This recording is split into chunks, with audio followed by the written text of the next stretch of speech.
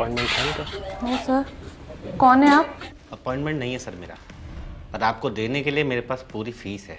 ये लीजिए 2 लाख रुपए का चेक। हाँ ये सब तो ठीक है, पर केस क्या है तुम्हारा?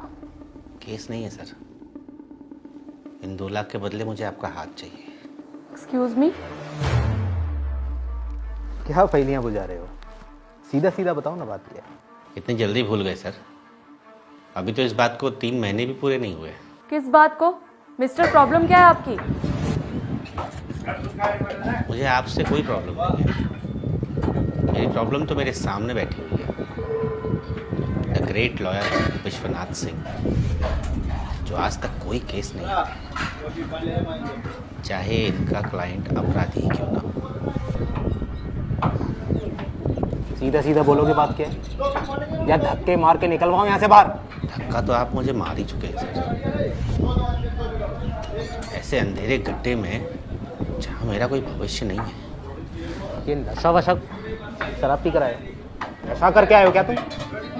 पीकर मैं नहीं आया हूँ सर, पीकर तो उस दिन वो आदमी गाड़ी चला रहा था, सौरभ सिंह, जिसका रोड एक्सीडेंट का केस आपने लड़ा था। सर उसका शिकार मैं ही था, जिसके बाप को कंपनसेशन के नाम पर आपने 2 लाख का चेक पकड़ाकर भरपाई कर दी। पर आप जानते हैं कि मैंने क्या खोया? जिस रात ये एक्सीडेंट हुआ था ना सर, उसके अगले दिन मेरा सिविल का एग्ज़ाम था। बहुत मेहनत की थी सर, निकाल लेता तो अपने घर परिवार को बहुत दुखों से बाहर निकालता। मेरे पिताजी के सपने पूरे हो जाते, मेरे सपने पूरे हो जाते, और उस अमीर ज़्यादे के नशे के जोश में ना सर मेरा पूरा भविष्य खराब हो। लेकिन जितना बड़ा गुनहगार वो था ना सर, उससे बड़े गुनहगार आप हैं, क्योंकि आप जैसे वकील ही ऐसे अपराधियों को बाइज्जत बरी करवा देते हैं। आपने मेडिकल रिपोर्ट बदलवा दी सर, और ये साबित कर दिया कि उसने उस रात नशा किया ही नहीं था। वहाँ मैं अस्पताल में ज़िंदगी और मौत से जूझ रहा था सर, और यहाँ आप मेरे पिताजी पर दबाव बना रहे थे कि दूसरी पार्टी अमीर है, रसूखदार है, ले देकर रफा दफा कर लो। जब मेरे बूढ़े पिताजी नहीं माने तो आपने अपने कानूनी दांव पे चलाकर उसे बाइज्जत बरी करवा लिया, और हमारे हाथ में पकड़ा दिया ये 2 लाख का चेक।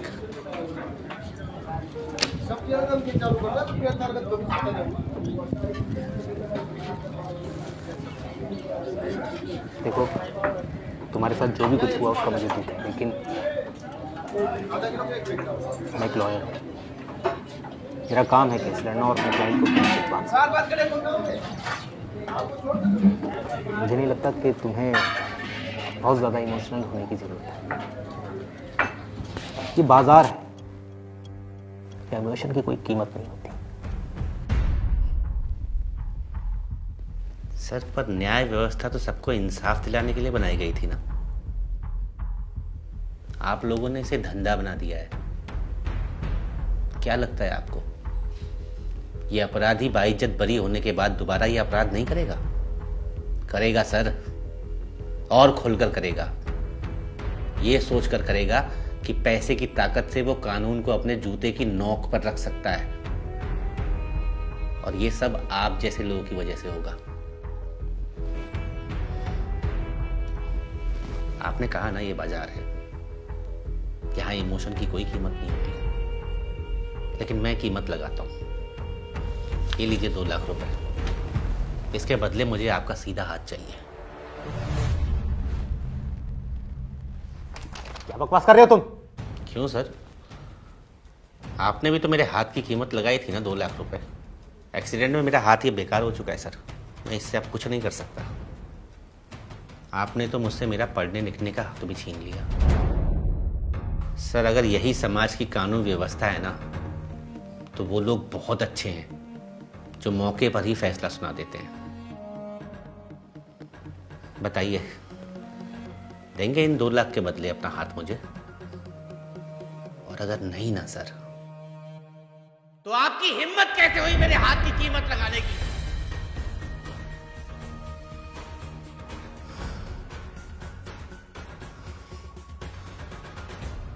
डरिए मत सर,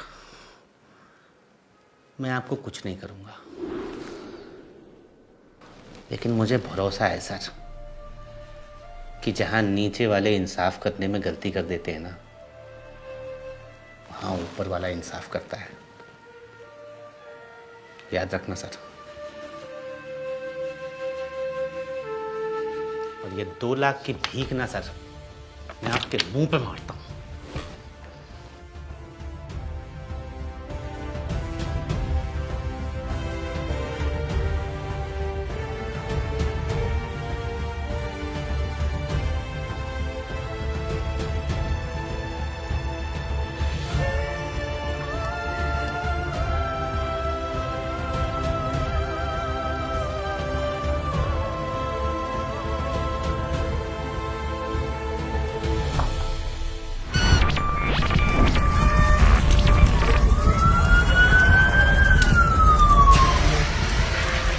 समय हम खड़े हैं देश के जाने माने वकील के घर, जो हमेशा सत्य के लिए लड़े और कोई भी केस जीवन में नहीं हारे। लेकिन पिछली रात एक सड़क दुर्घटना में मौत से हारते हारते बचे। डॉक्टरों की माने तो उनकी जान बचाने के लिए उनके दोनों पांव काटने पड़ गए। जी हाँ, मैं बात कर रहा हूँ जाने माने वकील विश्वनाथ सिंह की, जो हमेशा गरीबों का सहारा बने, हमेशा सत्य के लिए लड़े, कभी भी कोई केस नहीं हारे